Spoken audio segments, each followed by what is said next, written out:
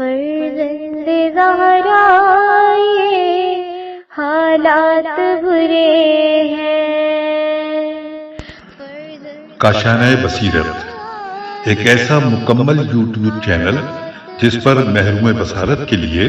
بالخصوص اور تمام افراد کے لیے بالعموم سینکڑوں کی تعداد میں اسلامی کتب دستیاب ہیں. لہذا گزارش ہے کہ آپ اپنی ذمہ داری نبھاتے ہوئے کاشانۂ بصیرت کو سبسکرائب کرنے کے ساتھ ساتھ بیل آئیکن کو پریس کیجئے تاکہ آپ علم کے حصول کے ساتھ ساتھ مذہب اہل بیت کی اشاعت میں بھی اہم کردار ادا کرتے رہیں. کاشانۂ بصیرت. فرزند زہرا یہ حالات برے ہیں. بسم اللہ الرحمن الرحیم. السلام علیکم سامعین. کاشانۂ بصیرت کا یوٹیوب چینل اور میں سیمی زوار اور ہم مل کر پڑھ رہے ہیں کلام امیر المومنین علیہ السلام شرح نہج البلاغہ جلد سوم، اور یہ ہے ریڈنگ کا پارٹ نمبر 20. ہم اس نشست میں خطبہ 79 پڑھیں گے. آئیے سب سے پہلے سند خطبہ جانتے ہیں. حاشیے میں لکھا ہے کہ سید رضی سے پہلے محدثین اور مورخین کی ایک بڑی تعداد نے اس خطبے کو اپنی کتابوں میں نقل کیا ہے. من جملہ ان میں ابراہیم بن الحسن بن ویزیل نے اپنی کتاب سفین میں، اور شیخ صدوق نے عیون اخبار رضا میں اس حدیث کو 3 سندوں کے ساتھ نقل کیا ہے. اسی طرح کتاب امالی کی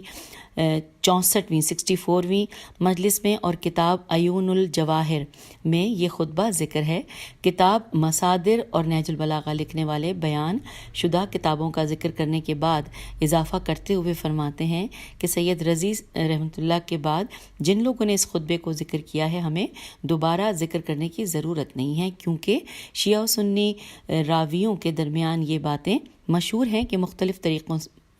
طریقوں اور بہت سارے اشکالات اور کبھی کمی بیشی کے فرق کے ساتھ سید رضی نے روایات نقل کی ہیں. حوالہ ہے مصادر نہج البلاغہ جلد نمبر 2 صفحہ نمبر 82. اور اب آئیے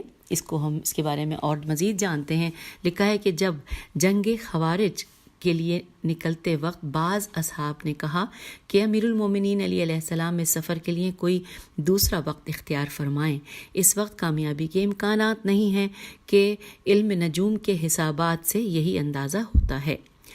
اب یعنی اس خطبے کے حوالے سے یہ لکھا ہے. پھر لکھا ہے خطبہ ایک نگاہ میں کہ مورخین اس گفتگو کے بارے میں کہتے ہیں کہ یہ روایت اس طرح نقل ہوئی ہے کہ جب امیر المومنین علیہ السلام نے خوارج کے فتنہ و فساد کی آگ کو بجھانے کے لیے کوفے سے نکلنے کا ارادہ کیا تو آپ علیہ السلام کے اصحاب میں ایک نجومی بھی تھا، اور وہ آپ علیہ السلام کے پاس آیا اور عرض کیا یا امیر المومنین علیہ السلام، اس وقت جنگ کے لیے ہمارا حرکت کرنا مناسب نہیں ہے، بلکہ 3 گھنٹے کے بعد یہاں سے چلیں گے، کیونکہ اگر اس وقت چلیں گے تو ہمیں اور ہمارے دوستوں کو نقصان پہنچنے کا خدشہ ہے، اور اگر میری بات مانیں تو 3 گھنٹے بعد چلیں تو فوج کو نقصان بھی نہیں پہنچے گا اور ہم اپنے مقصد میں بھی کامیاب ہو جائیں گے. تو امام علیہ السلام نے اس کے جواب میں یہ فرمایا کہ کیا تو یہ جانتا ہے کہ میری گھوڑی کے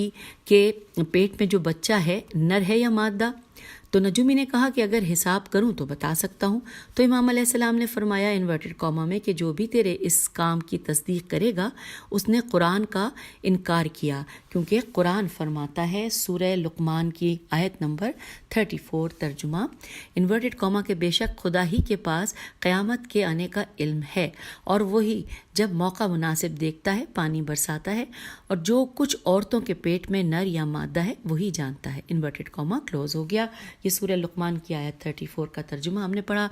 پھر نجومی نے فرمایا کہ اللہ کے رسول حضرت صلی اللہ علیہ وآلہ وسلم نے کبھی اس قسم کا دعویٰ نہیں کیا جس طرح تم کر رہے ہو. Inverted Cama close. تو اس کے بعد فرمایا کہ انورٹڈ کاما میں کہ کیا تو یہ گمان کرتا ہے کہ تو اس ساعت کو جس میں کوئی شخص کام کرے تو کامیاب ہو جائے لوگوں کو بتا سکتا ہے، اور کیا تو وہ ساتھ جانتا ہے کہ جس وقت کام شروع کرنا نقصان دہ ہوگا تو لوگوں کو اس سے محفوظ رکھ سکتا ہے؟ تو کوئی بھی شخص جو تیری باتوں پر ایمان لانے لائے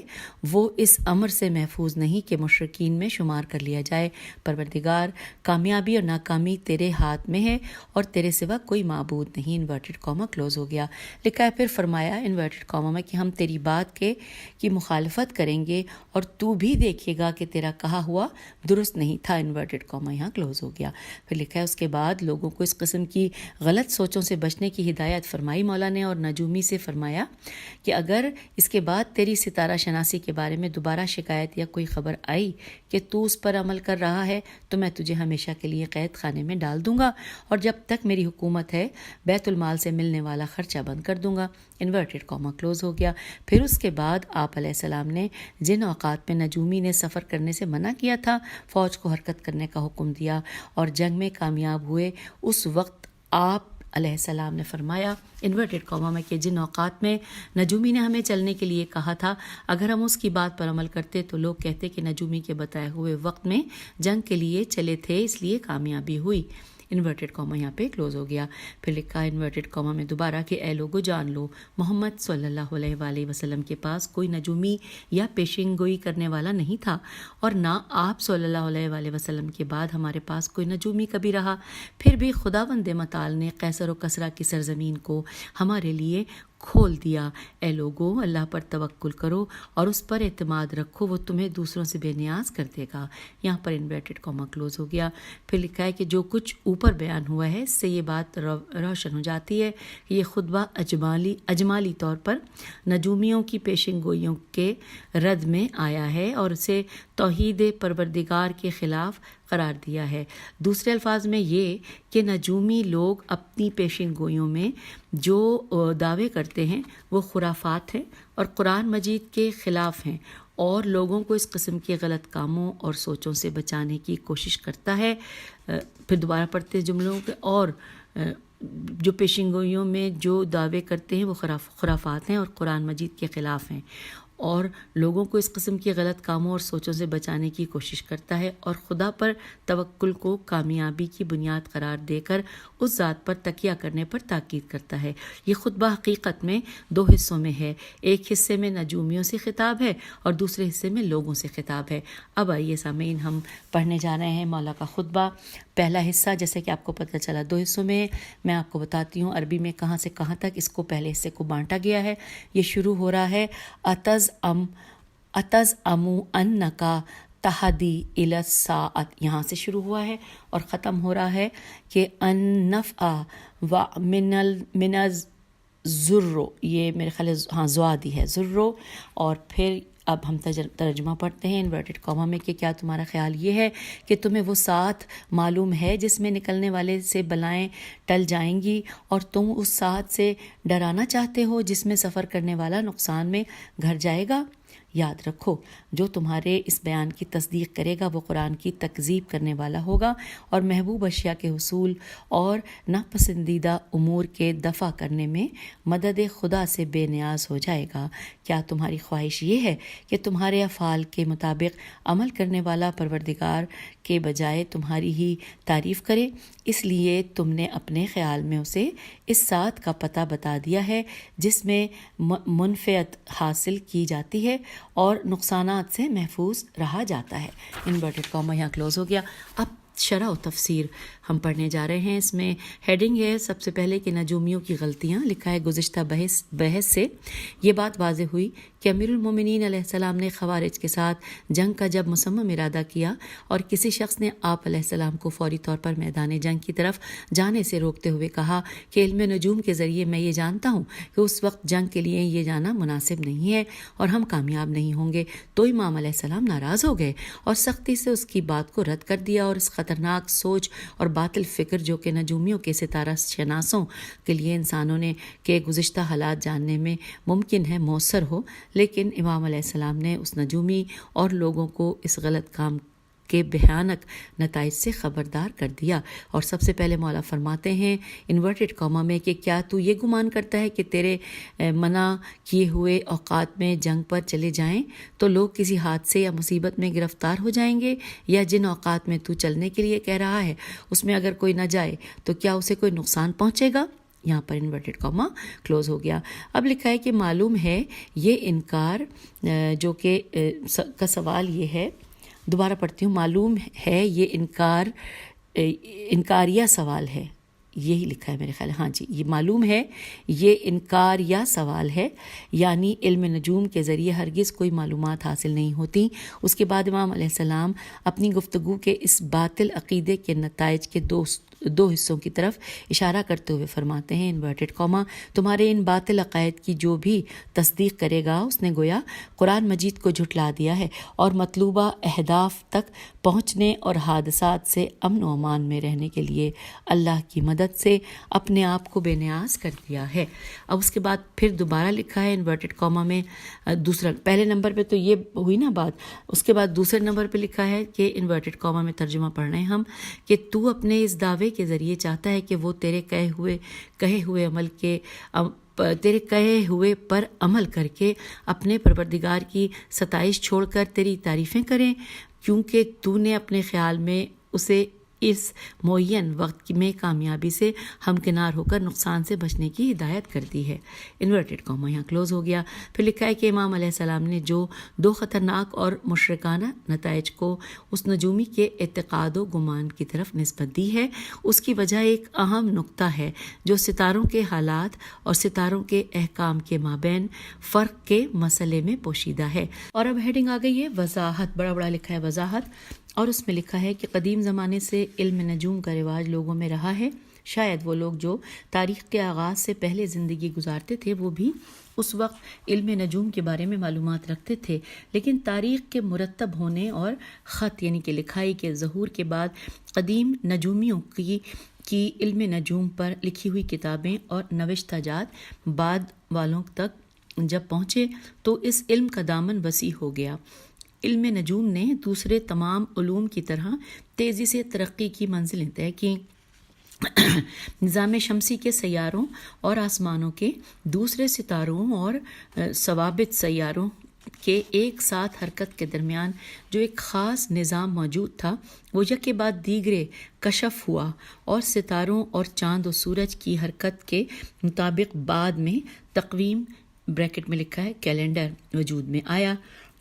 زمین کے حادثات اور ستاروں کی حرکات کا اتفاقی طور پر ایک وقت میں ظہور پذیر ہونا سبب بنا کہ نجومیوں میں سے کچھ لوگ اس بات کے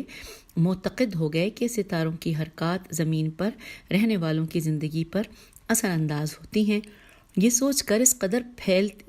اس قدر پھیلتی چلی گئی کہ آہستہ آہستہ ہر انسان کے لیے آسمان میں موجود کسی نہ کسی ستارے کے قائل وہ ہو گئے, اور انسان کے مقدر کو اسی مخصوص ستارے کی حرکات کے ساتھ نتھی کر دیا گیا, اور احوال نجوم کے ساتھ احکام نجوم کے نام سے ایک نیا علم وجود میں آ گیا. احوال نجوم اور احکام نجوم کے بارے میں جانتے ہیں. سب سے پہلے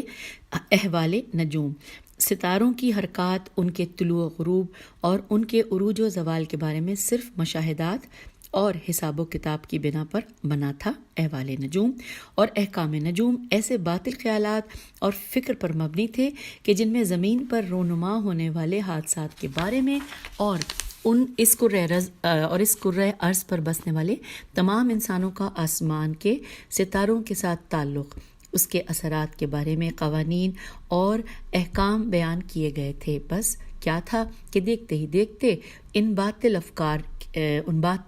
افکار کے ماننے والوں نے ستارہ پرستی شروع کر دی اور اپنی مشکلات کے حل کے لیے ستاروں سے مدد طلب کرنا شروع کر دی, اور ستاروں کے لیے الوہیت بریکٹ میں لکھا ہے خدائی کے قائل ہو گئے. یہاں تک کہ جب ظہور اسلام کے زمانے میں یکتا پرستی کی تیز شعاؤں نے شرک کی تاریکیوں کا پردہ چاک کیا, اس وقت بھی ان باطل افکار کو ماننے والے نجومی موجود تھے اور ستاروں کی حرکات و سکنات کو دیکھ کر آئندہ پیش آنے والے حوادث کی پیشن گوئی کرتے تھے, جس کی ایک مثال خطبے میں ہونے والی یہ بحث اسی سے مربوط ہے کہ ایک علم نجوم جاننے والے نے امیر المومنین کے سامنے ستاروں کے مطالعے کے مطابق پیشن گوئی کی کہ اگر حضرت علیہ السلام اس خاص وقت میں نہروان کے میدان میں جنگ کے لیے نکلیں گے تو کامیابی نہیں ہوگی بلکہ شکست سے دوچار ہوں گے. اس پر امام علیہ السلام نے اس نجومی کو سخت لہجے میں ڈانٹا اور اس قسم کے باطل افکار اور بیہودہ باتوں کو رد کرتے ہوئے فوج کو اسی وقت میدان جنگ کی طرف حرکت کا حکم دیا اور بہت بڑی کامیابی سے ہمکنار ہوئے۔ اس بارے میں انشاءاللہ مزید شرح خطبے کے آخر میں چند نکات کے ذریعے تفصیل سے پیش کریں گے۔ اور اب آئیے مولا کے اس خطبے کا دوسرا حصہ جو کہ ایھا الناس ایاکم وتعلم النجوم سے شروع ہو کر ختم ہو رہا ہے الا اسم اللہ پر۔ تو ترجمہ پڑھتے ہیں کہ اے لوگو خبردار، نجوم کا علم مت حاصل کرو مگر اتنا ہی جس سے بحر و بر میں راستے دریافت کیے جا سکے، کہ یہ علم کہانت کے کاف ہے الف نون تے کہانت کی طرف لے جاتا ہے، اور منجم بھی ایک طرح کا کاہن یعنی کہ غیب کی خبر دینے والا ہو۔ یہاں پہ میم نون جیم میم لکھا ہے منجم، اور لکھا ہے منجم بھی ایک طرح کا کاہن، بریکٹ میں لکھا ہے کہ غیب کی خبر دینے والا ہو جاتا ہے، جبکہ کاہن جادوگر جیسا ہوتا ہے اور جادوگر کافر جیسا ہوتا ہے، اور کافر کا انجام جہنم ہے۔ چلو نام خدا لے کر نکل پڑو، چلو نام خدا لے کر نکل پڑو۔ یہاں پر انورٹڈ کاما مکمل ہوا۔ اب آئیے اس کی شرح و تفسیر پڑھتے ہیں۔ سب سے پہلے اس میں ہیڈنگ دی گئی ہے کہ نجومیوں کی پیشن گوئیوں سے بچیں، یہ ہیڈنگ ہے۔ تفصیلات اس کی کچھ ہیں کہ خطبے کے اس حصے میں امام علیہ السلام لوگوں کی توجہ اس بات کی طرف مبذول کراتے ہوئے علم نجوم سیکھنے سے خبردار کرتے ہیں۔ حقیقت میں آپ علیہ السلام احوال نجوم کے حساب و کتاب کو احکام نجوم سے جدا کر کے علم نجوم کے کچھ حصوں کی بے مقصد پیغام کو، جس میں دھوکہ بازی کے علاوہ کچھ نہیں ہے، نشاندہی کرتے ہوئے فرماتے ہیں انورٹڈ کاما اے لوگو، علم نجوم جس میں ستاروں کے ذریعے پیشن گوئی کی جاتی ہے، سیکھنے سے پرہیز کرو۔ صرف سمندری اور خشکی کے راستوں کی رہنمائی کے لیے استعمال کی حد تک سیکھ سکتے ہو تاکہ راستے سے بھٹکنے سے محفوظ رہو۔ انورٹڈ کاما یہاں کلوز ہو گیا۔ اس بنا پر دریاؤں صحراؤں کی 4 سمتوں میں راستوں کی شناخت، اسی طرح دیگر موارد میں جہاں ان کے حالات اور اوضاع الف واو ضاد الف عین کی حقیقت ستاروں کے ذریعے معلوم کی جاتی ہے، وہاں ستارہ شناسی آسمان میں ستاروں کے حالات سے متعلق معلومات پیدا کرنا اور ان سے استفادہ کرنا نہ صرف ممنوع نہیں ہے بلکہ ضروری علوم کے ساتھ کبھی اس کا سیکھنا لازم ہو جاتا ہے، کیونکہ انسانی معاشرے کے قوانین کا اس کے ساتھ واسطہ پڑتا ہے۔ پھر لکھا ہے قرآن مجید میں بھی اسے ایک اہم نعمت الہی اور یکتا پرستی کی نشانیوں میں سے قرار دیا ہے۔ سورہ نحل کی آیت نمبر 16 ترجمہ پڑھتے ہیں انورٹڈ کاما اور لوگ ستاروں سے بھی راستے دریافت کر لیتے ہیں۔ پھر اس کے بعد لکھا ہے کہ دوسری جگہ ارشاد ہوتا ہے سورہ انعام آیت نمبر 97 کہ ہم ترجمہ پڑھ رہے ہیں اس کا بھی، کہ انورٹڈ کاما میں کہ اللہ کی ذات وہ ہے کہ جس نے ستاروں کو تمہارے لیے رہنما قرار دیا تاکہ رات کی تاریکیوں، دریاؤں اور صحراؤں میں ان کے ذریعے رہنمائی حاصل کرو۔ ہم نے اپنی نشانیوں کو ان لوگوں کے لیے جو جانتے ہیں تفصیل سے بیان کیا ہے۔ انورٹڈ کاما یہاں کلوز ہو گیا۔ پھر لکھا ہے کہ ان مثالوں سے معلوم ہوتا ہے کہ قرآن کریم انسانوں کو اہم اور ضروری کاموں سے متعلق آگاہی حاصل کرنے کی حد تک علم نجوم سیکھنے کی اجازت دیتا ہے۔ اس میں جو چیز ممنوع قرار دی ہے وہ احکام نجوم کے عنوان سے مشہور ہے، یعنی کہ ستاروں کے ذریعے مستقبل کے حالات جاننے کی کوشش کرنا، اور یہ کہ ان کی آپس میں دوری یا قربت سے معاشرے یا افراد پر کیا اثرات ہوں گے اسے معلوم کرنے کی کوشش کرنا، اور معاشرے میں لوگوں کے حالات کی نسبت پیشن گوئیاں کرنا۔ اس میں بہت سی باتیں اور کام ایسے ہیں جنہیں بہت سے لوگ ستاروں کے حالات پڑھے بغیر مکمل طور پر انجام دے کر قدرت رکھتے ہیں یا اس کے بارے میں تھوڑا بہت اندازہ لگا سکتے ہیں، اور بہت مرتبہ ساری پیشن گوئیاں غلط ثابت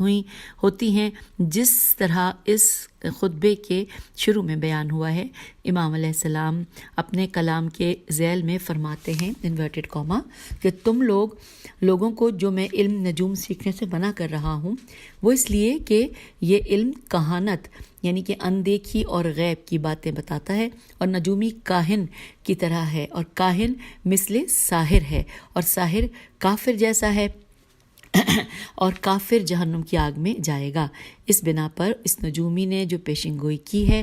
اس وقت اگر حرکت کریں گے تو مقصد حاصل نہیں کر سکیں گے، اس کی کوئی پرواہ نہ کرے، اپنے مقصد کی طرف اللہ کا نام لے کر چلنا شروع کریں، اللہ تمہیں کامیابی عطا کرے گا۔ اب آگے چلتے ہیں۔ ہیڈنگ ہے کہ کہانت کیا ہے، کاف ہے الف نون تے، یہاں پہ لکھا ہے کہ کہانت کیا ہے۔ لکھا ہے کہانت سے مراد پوشیدہ کام اور آئندہ کے مسائل اور ان سے متعلق خفیہ رازوں کی خبر دینا ہے، اور کاہن عربی لغت میں اسے کہا جاتا ہے جو مذکورہ باتوں کا دعویٰ کرے۔ جہالت کے زمانے میں ایسے بہت سے لوگ تھے جو اس قسم کے دعوے کرتے تھے، جیسے شق، شین اور قاف پہ تشدید ہے، شق بن مصعب میم صاد عین بے، اور ستی سین تو یہ ہے۔ اور کاہنوں کے درمیان یہ چیز عام تھی کہ وہ اپنے باطل دعووں اور بے بنیاد باتوں کو مقفع اور مسجع عبارتوں اور دل موہ لینے والے الفاظ میں بیان کرتے تھے۔ یہ جو عرب کے مشرکین اور ناسمجھ لوگ پیغمبر اکرم صلی اللہ علیہ وآلہ وسلم کو کاہن کہتے تھے، اس کی وجہ یہ تھی کہ آپ صلی اللہ علیہ وآلہ وسلم وحی الہی کے ذریعے پیشن گوئی فرماتے تھے۔ اس کے علاوہ قرآنی آیات جو نہایت فصیح و بلیغ ہیں ان کے لیے تلاوت فرماتے، اور چونکہ وہ لوگ حقیقت کو جاننا نہیں چاہتے تھے اس لیے کہانی کا نام دیا کرتے تھے، اور اس بنا پر علم احکام، نجوم اور کہانت کا پیش خیمہ ہے، اور کانٹوں کا کام ساحر و جادوگر سے زیادہ ملتا ہے، اور کاہنوں کا کام ساحر اور جادوگر سے زیادہ ملتا ہے، کیونکہ یہ دونوں گروہ ہیرا پھیری اور دھوکے بازی سے سادہ لوگوں کو بیوقوف بناتے ہیں۔ جادوگر کی مانند ہیں کیونکہ وہ خدا پر توکل نہیں کرتے بلکہ کسی اور چیز پر یقین رکھتے ہیں۔ عملی طور پر وہ خدا کو ان کاموں میں تاخیر پیدا کرنے والا نہیں جانتے، بلکہ سحر و جادو کو اصلی موثر جانتے اور اسی سے طلب کرتے ہیں۔ اب یہاں پہ ساتھ لکھا ہے کہ اور انحراف کرنے والوں کی عاقبت جہنم کی آگ ہے۔ یہاں پہ یہ پیراگراف مکمل ہوا، اور اب ہم پڑھنے جا رہے ہیں نکات، جس کی پہلی ہیڈنگ ہے علم نجوم کیا ہے اور اس کا کون سا شعبہ ممنوع ہے۔ یہاں پہ سوالیہ نشان ہے۔ لکھا ہے کہ پہلا سوال یہ پیدا ہوتا ہے کہ اس خطبہ شریفہ میں امیر المومنین علیہ السلام نے جس علم نجوم کی مذمت کی اور اسے کفر کا مساوی گردانا اور سیکھنے سے لوگوں کو روکا، وہ کیا ہے؟ یقیناً اس علم سے احوال علم نجوم، ان کی حرکات، ایک دوسرے سے ان کی قربت اور دوری، ان کی وضعیت یعنی واو زواد عین یہ پہ تشدید ہے اور پھر تے، وضعیت اور حالات سے آگاہی مراد نہیں، کیونکہ جس طرح آپ پہلے اس بارے میں بیان ہوا، ستاروں کی حرکات اور آسمان میں ان کی حالت و کیفیات کو آیات قرآنی میں اللہ کی نشانیوں میں سے قرار دیا گیا ہے، اور لوگ اندھیری راتوں، دریاؤں اور صحراؤں میں راستوں کی سمت کا تعین کرنے کے لیے اس سے بہرہ مند ہونے کی ترغیب دی گئی ہے۔ اور اسی خطبے کے ذیل میں مختصراً یہ بھی بیان ہوا ہے کہ اصولی طور پر عالم خلقت کے پوشیدہ رازوں، آسمان و زمینوں کی خلقت پر غور و فکر کرنا کوئی ایسی چیز نہیں کہ جو قابل مذمت ہو، بلکہ یہ عقلاً و دانشوروں کے کاموں میں سے ایک ہے۔ تو یہاں پر یہ عقلا، بلکہ عقلاً نہیں ہے عقلا، وہ مجھے لگا کہ جڑا ہوا تھا وہ ورڈ، تو پھر پڑھتے ہیں کہ بلکہ یہ عقلا اور دانشوروں کے کاموں میں سے ایک کام ہے۔ اور اب ہم چلتے ہیں آگے کی طرف مزید، جس سورہ آل عمران کی آیت نمبر 190 کہ یہاں پہ ترجمہ لکھا ہے انورٹڈ کاما میں کہ بے شک زمین و آسمان کی خلقت، لیل و نہار کی آمد و رفت میں صاحبان عقل کے لیے قدرت کی نشانیاں ہیں۔ سورہ آل عمران آیت نمبر 190۔ اس بنا پر جس چیز کے سیکھنے سے سختی سے منع کیا گیا اور شدت کے ساتھ اس کی مذمت کی گئی، وہ یقیناً کوئی اور چیز ہے، اور وہ احکام نجوم کا علم ہے، یعنی وہ تصورات اور خیالات جو اس کرۂ ارض پر انسانوں کی زندگی اور مقدر ستاروں کے حالات و کیفیات سے جوڑ دیتے ہیں اور افلاک کے حالات کے ذریعے آئندہ سے متعلق پیشین گوئیاں کرتے ہیں، نہ فقط عمومی و اجتماعی مسائل میں بلکہ جزئی مسائل کے بارے میں بھی پیشن گوئیاں کرتے ہیں۔ یہی وجہ ہے کہ سلاطین بادشاہوں کے دربار میں آئندہ کے حالات بتانے کے لیے نجومیوں کو رکھا جاتا تھا، اور یہ نجومی حضرات ستاروں کے مقام اور حالات کے مطابق جو بادشاہ چاہتے تھے اس بارے میں پیشن گوئی کرتے تھے، یہاں تک کہ ان کی پیشن گوئیوں کی تقویم بن گئی۔ جب نجومی ستاروں کے حالات کے بارے میں بتانا چاہتے تھے تو ان کا کہنا یہ تھا کہ ستاروں کے اوضاع الف واو ضاد الف عین اوضاع و احوال بادشاہ کی سلامتی پر اور اس کی قدرت و قوت اور شان و شوکت پر دلالت کرتے ہیں۔ پھر انہیں ایک دیکھ کر کلی طور پر ستاروں کا مطالعہ کیے بغیر سب کے لیے پیشن گوئی کرتے تھے، جیسے بعض بزرگوں کے گزر جانے کے بارے میں اور بعض دنیا کے گوشوں اور بعض اشیاء کی نگرانی، درختوں پر آنے والی بلائیں اور سردیوں میں ٹھنڈی اور ہوائیں اور گرمیوں میں بہت زیادہ گرمی پڑنے کی، اور سردیوں میں گوشت و چربی کی اہمیت۔ ان کے علاوہ بہت سی مثالیں ہیں جن کے بارے میں یہ لوگ پیشن گوئیاں کرتے تھے۔ البتہ کبھی کبھار ان کی کوئی کہی ہوئی بات صحیح نکل آتی اور بعض جگہوں پر ان کے دعوے غلط نکلتے۔ اسلامی روایات اور اس خطبے میں جن چیزوں کو سختی کے ساتھ منع کیا ہے وہ نجومیوں کی وہی پیشن گوئیاں اور رابطے ہیں۔ اور اب پڑھنے جا رہے ہیں ہم اگلی ہیڈنگ کہ جس کا عنوان ہے علم نجوم کفر کی صف میں کیوں، اور یہاں پر سوالیہ نشان ہے۔ اب لکھا ہے کہ یہ بات درست ہے کہ ہماری زندگی اور ستاروں کے درمیان کسی قسم کے رابطے کا نظریہ بے بنیاد ہے اور عقل کی کسوٹی پر نہیں بیٹھتا، لیکن اس علم کی اتنی مذمت اور اسے کفر گرداننے کی وجہ کیا ہے؟ اس سوال کا جواب واضح ہونے سے پہلے اس نقطے کی طرف توجہ ضروری ہے کہ اس مذکورہ نظریے کے طرفدار چند گروہوں میں تقسیم ہو چکے ہیں، اور یہاں پر جو گروہوں میں تقسیم کے حوالے سے پھر انہوں نے چار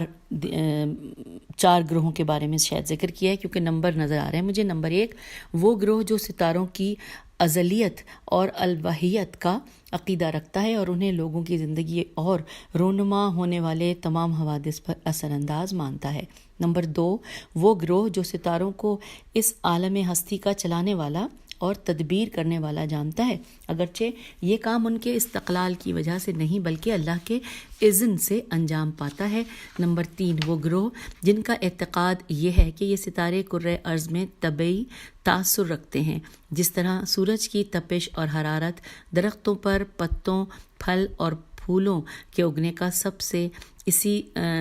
سبب ہے، اسی طرح ستاروں کی خاص کیفیات بھی لوگوں کی زندگی کی تمام چیزوں پر اثرات رکھتی ہیں، جن میں سے بعض تو ہمارے لیے کشف ہوئی ہیں مگر بعض کے متعلق اب بھی معاملہ غیر واضح ہے۔ چوتھے نمبر پہ لکھا ہے کہ ستارے انسانوں کی زندگیوں پر کسی بھی طرح اثر انداز نہیں ہوتے، تاہم وہ حال اور گزشتہ سے متعلق ہمیں آگاہی دے سکتے ہیں۔ دوسرے الفاظ میں یہ کہا جا سکتا ہے کہ یہ ستارے حوادث اور واقعات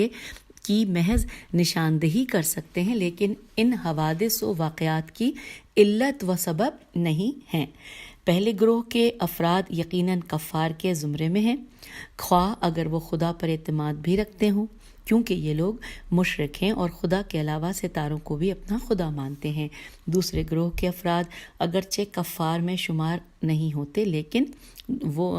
لیکن دو وجوہ کی روح سے وہ لوگ غلطی پر ہیں۔ پہلی وجہ یہ کہ یہ لوگ انسانوں کی زندگی میں ستاروں کے اثرات پر بغیر کسی دلیل کے دعویٰ کرتے ہیں۔ یہ ایسی بات ہے جو از روئے علم نہیں ہے اور نہ ہی اس کی کوئی سند ہے۔ دوسری وجہ یہ عقیدہ قرآن مجید کی آیات کے ظاہری معانی اور دین اسلام کی ان قطعی روایات کے خلاف ہے جو حیات، شعور اور خلقت کی تدبیر و انتظام کو ستاروں سے منسوب نہیں کرتی ہیں،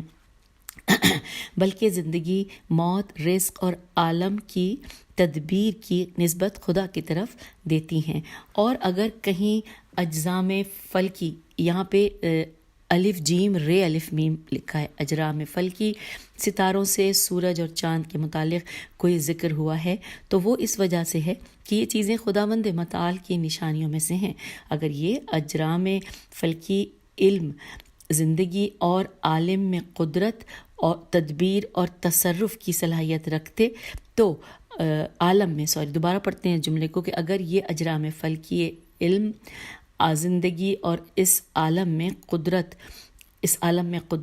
اور تدبیر اور تصرف کی صلاحیت رکھتے تو قرآن مجید کی آیات اور روایات میں ان کا کہیں نہ کہیں ذکر ضرور آتا۔ جی ہاں، یہ سب اللہ تعالیٰ کے مطیع اور فرما بردار ہیں اور ان میں سے ہر کوئی مخصوص کام انجام دیتا ہے۔ مثال کے طور پر سورج روشنی پھیلاتا ہے، چاند اندھیری رات میں بھٹکے ہوئے لوگوں کو روشنی کے ذریعے درست راستہ دکھاتا ہے۔ تیسرا گروہ جو کہ اس بات کا معتقد ہے کہ کواکب آسمانی طبعی اثرات کے اعتبار سے زمین کے حالات پر اثر انداز ہوتے ہیں، یقیناً یہ بات واقع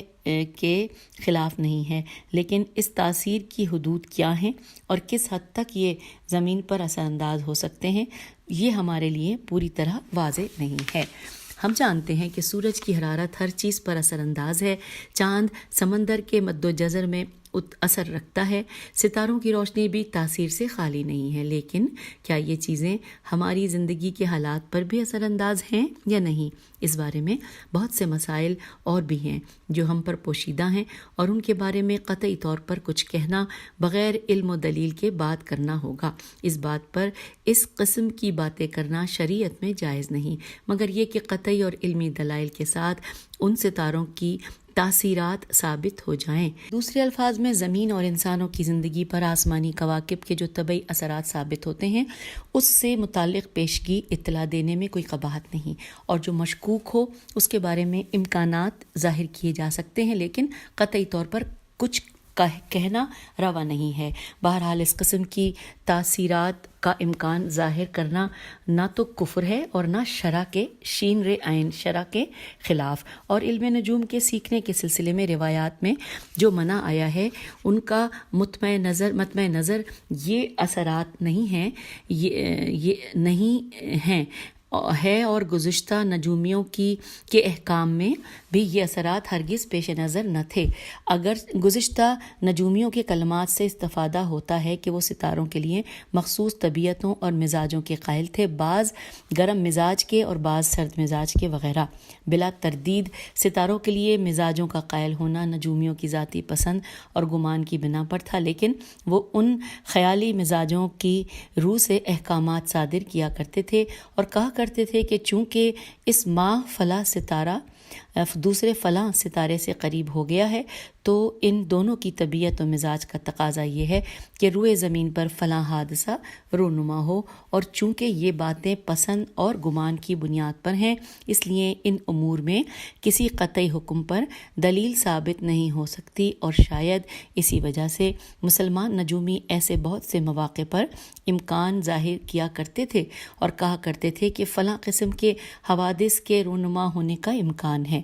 اب لکھا ہے چوتھا گروہ یہ افراد کواکب ستاروں کے حالات کو مستقبل میں رونما ہونے والے حادثات کی علامت اور نشانی مانتے تھے۔ یہ کہا کرتے تھے کہ خدائی نظام ایسا ہے کہ ستاروں اور کواکب میں تغیرات اور کیفیات کے ظہور کے وقت زمین پر فلاں حادثہ رونما ہوتا ہے، بغیر اس کے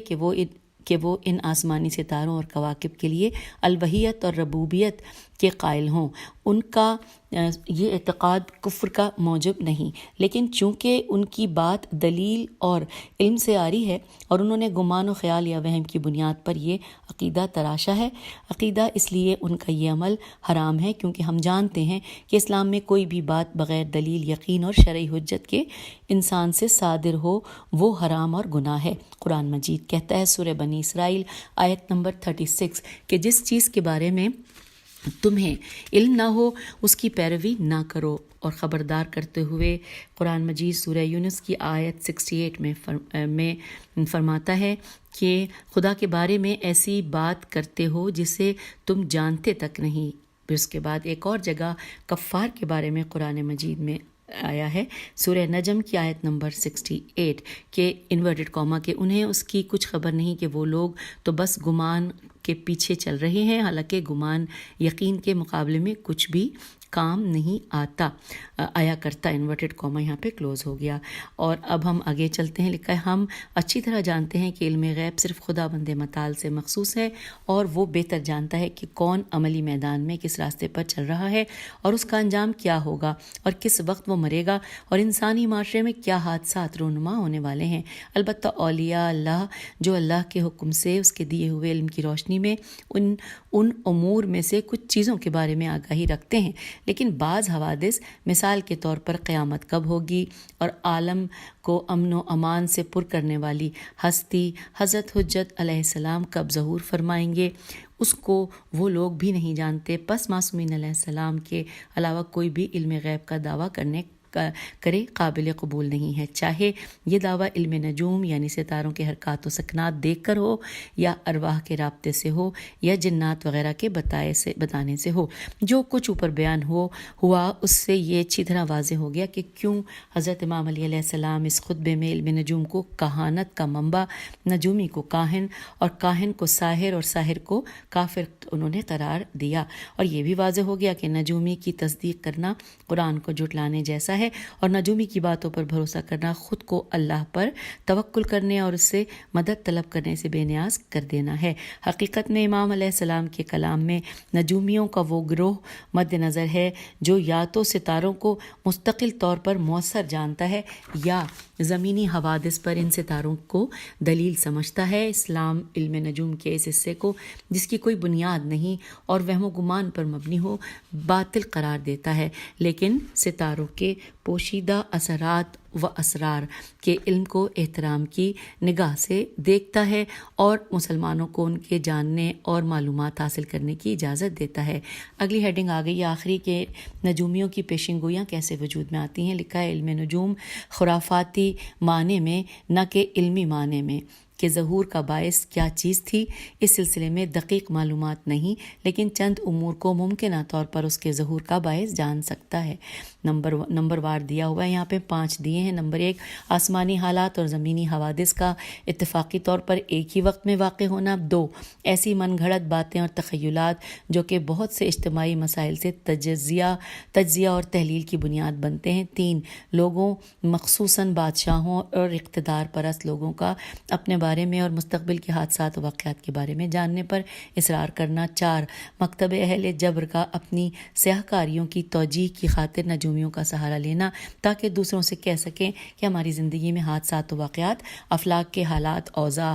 کی وجہ سے رونما ہوتے ہیں، اس میں ہمارا کوئی دخل نہیں ہے۔ اور 5واں ہے کہ سیاسی مسائل جن کے پیش نظر ہوتے ہیں وہ اپنے سیاسی مخالفین اور ان کے افکار کو مفلوج کرنے کے لیے یوں توجیہ کرتے ہیں کہ فلک کے حالات کے آگے کسی کا کچھ نہیں چلتا، کیونکہ یہ حالات اطلاع دے کر رونما نہیں ہوتے، لہٰذا چاروں ناچار فتح و شکست تسلیم کرنا پڑے گی۔ یہاں پر ایک سوال اور پیدا ہوتا ہے، اور وہ یہ کہ بعض اسلامی روایات میں آیا ہے کہ قمر در عقرب کے اوقات میں نکاح کرنے سے پرہیز کریں، یعنی کہ چاند ستارہ عقرب کے مقابل ہوا ہے، اور اس کے بارے میں جو دستور آیا ہے کنایا آسمانی حالات انسانی زندگی پر طبعی طور پر اثر انداز نہیں ہیں۔ یہاں پر سوال یہ ہے، نشان یہ کہ طبعی طور پر اثر انداز نہیں ہے، تو اس سوال کا جواب اتنا پیچیدہ نہیں ہے، کیونکہ ہم نے آسمانوں میں رونما ہونے والے حالات کا انسانی زندگی پر اثر انداز ہونے سے انکار نہیں کیا، کیونکہ عالم کی تمام جزیات ایک دوسرے سے جڑی ہوئی ہیں اور ان میں تاثیر پیدا کرتی ہیں۔ جس طرح سے ہم نے کہا ہے کہ انسانوں کی زندگی میں آسمانوں کے حالات کا طبعی طور پر ہر مورد میں بغیر کسی استثناء کے اثر انداز ہونا ثابت ہے، مگر دلیل و برہان کی ضرورت ہے۔ صرف وہم و گمان اور فریب کے ذریعے کسی چیز کو ثابت نہیں کیا جا سکتا، اور اگر اس سلسلے میں معصومین علیہ السلام کے وسیلے سے کوئی مطلب ثابت ہوتا ہے تو وہی دلیل و برہان قابل قبول ہے۔ لہٰذا یہاں قمر در عقرب کی روایت مذکورہ بحث کے خلاف ہے۔ تو سامعین، یہاں پر ہم خطبہ 79 کو مکمل پڑھ چکے ہیں، اب آپ سے اجازت چاہتے ہیں۔ خدا حافظ، فی امان۔